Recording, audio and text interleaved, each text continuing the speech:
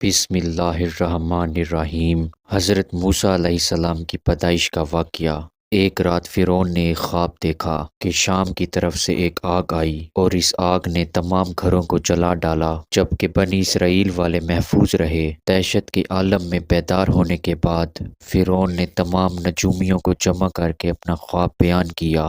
نجومیوں نے اسے بتایا کہ بنی اسرائیل میں ایک بچہ پیدا ہوگا جو فرعون کی بادشاہت کو ختم کرے گا۔ بنی اسرائیل کے یہاں بھی شروع سے یہی بات مشہور تھی، لہٰذا اس خواب کے بعد وہ زیادہ فکر مند ہو گیا اور اس نے حکم جاری کر دیا کہ بنی اسرائیل میں پیدا ہونے والے تمام لڑکے قتل کر دیے جائیں۔ اس حکم کے مطابق فرعون کے حواری اور اس کے سپاہیوں نے ہر ممکن قدم اٹھایا تاکہ کوئی نامولود لڑکا زندہ نہ بچ پائے، لیکن اللہ تعالیٰ کے فیصلے اٹل ہوتے ہیں۔ دیکھتے ہی دیکھتے بنی اسرائیل کے ہزاروں نامولود بچے ذبح کر دیے گئے۔ ان دنوں حضرت موسیٰ علیہ السلام کی والدہ اپنے حمل کے ابتدائی دنوں میں تھی۔ اللہ تعالیٰ نے ان کی حفاظت کا سامان اس طرح فرمایا۔ ان کی والدہ پر معمول کے مطابق حمل کے اثرات ظاہر نہیں ہوئے، جن سے آپ فرعون کی نگاہ میں نہ آئیں۔ انہوں نے اس بات کو چھپائے رکھا یہاں تک کہ پیدائش کا وقت قریب آ پہنچا اور انہوں نے بچے کو جنم دے دیا۔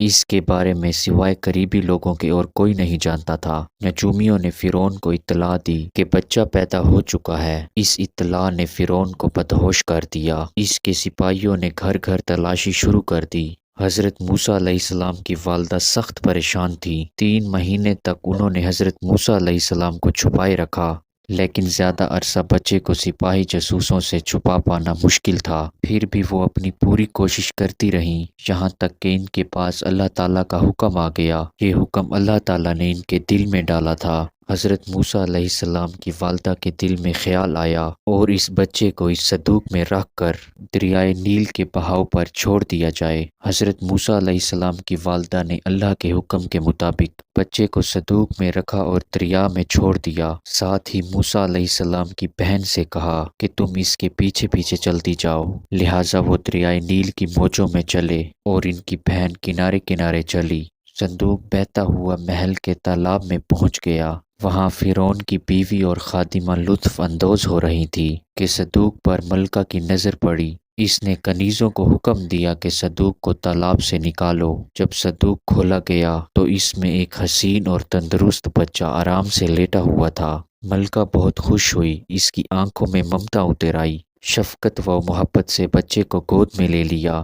ملکہ نے سوچا کہ اس بچے کو بیٹا بنا کر پالنا چاہیے۔ محل میں کسی نے خدشہ ظاہر کیا کہ یہ بچہ بادشاہ کی سلطنت کو ختم کرنے کا سبب بھی بن سکتا ہے۔ فرعون کے دل میں بھی یہ خیال آیا، کہیں یہ بچہ بنی اسرائیل کا وہ لڑکا نہ ہو جس کے بارے میں نجومیوں نے پیشن گوئی کی تھی۔ لیکن فرعون کی بیوی نے کہا یہ بھی تو ہو سکتا ہے کہ یہ بچہ ہماری آنکھوں کی ٹھنڈک بنے، یعنی ہم اس کو اپنا بیٹا بنا لیں۔ اس پر فرعون نے کہا یہ صرف تیری آنکھ کی ٹھنڈک ہے، میری نہیں۔ میں نہیں چاہتا کہ بنی اسرائیل کا کوئی بچہ میری نگرانی میں پلے، لہٰذا یہ صرف تیری ہی آنکھ کی ٹھنڈک ہے۔ حضرت بن عباس علیہ السلام فرماتے ہیں کہ اگر فرعون یہ بات کہہ دیتا کہ یہ میری بھی آنکھ کی ٹھنڈک ہے تو اللہ تعالیٰ اسے بھی ہدایت دے دیتا۔ ملکہ نے اس بچے کا نام موسیٰ رکھا، جس کے معنی ہیں کہ وہ شخص جو پانی سے نکالا گیا ہو۔ بچے کو جب محل میں لے جایا گیا تو اس نے دودھ کے لیے رونا شروع کر دیا۔ بچے کے پاس دودھ پلانے والیاں لائی گئیں، لیکن بچے نے کسی بھی عورت کا دودھ نہ پیا۔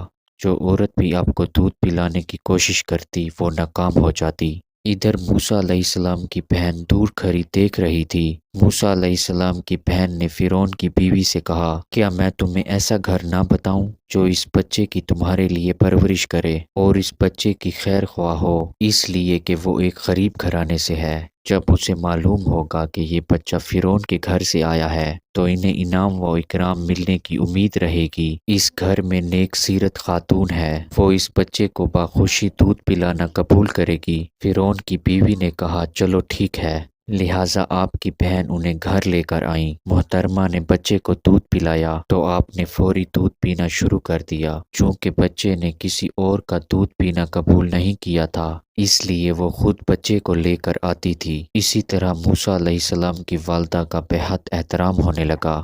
یوں حضرت موسیٰ علیہ السلام شاہی محل میں پرورش پا کر جوان اور توانا ہو گئے۔ لہٰذا اللہ تعالیٰ نے آپ کو نبوت کے منصب پر فائز کیا۔ آپ نے بنی اسرائیل کو فرعون سے آزادی دلوائی اور مصر سے نکل گئے۔ فرعون بنی اسرائیل کو ختم کرنے کے لیے لشکر لے کر روانہ ہوا۔ جب بنی اسرائیل بحر احمر کے قریب پہنچے تو اللہ نے ان کے لیے دریا کے بیچ سے رستہ کھول دیا۔ یہ وہی موقع تھا جب فرعون کا وہ خواب پورا ہونے والا تھا اور اس کی بادشاہت اور لاؤ لشکر تباہ و برباد ہونے والا تھا۔ بنی اسرائیل تو سمندر کے پار چلے گئے، مگر فرعون جب اپنے لشکر سمیت ان کے پیچھے آیا تو سمندر کا یہ رستہ بند ہو گیا اور وہ اپنے لشکر سمیت اس سمندر میں غرق ہو گیا۔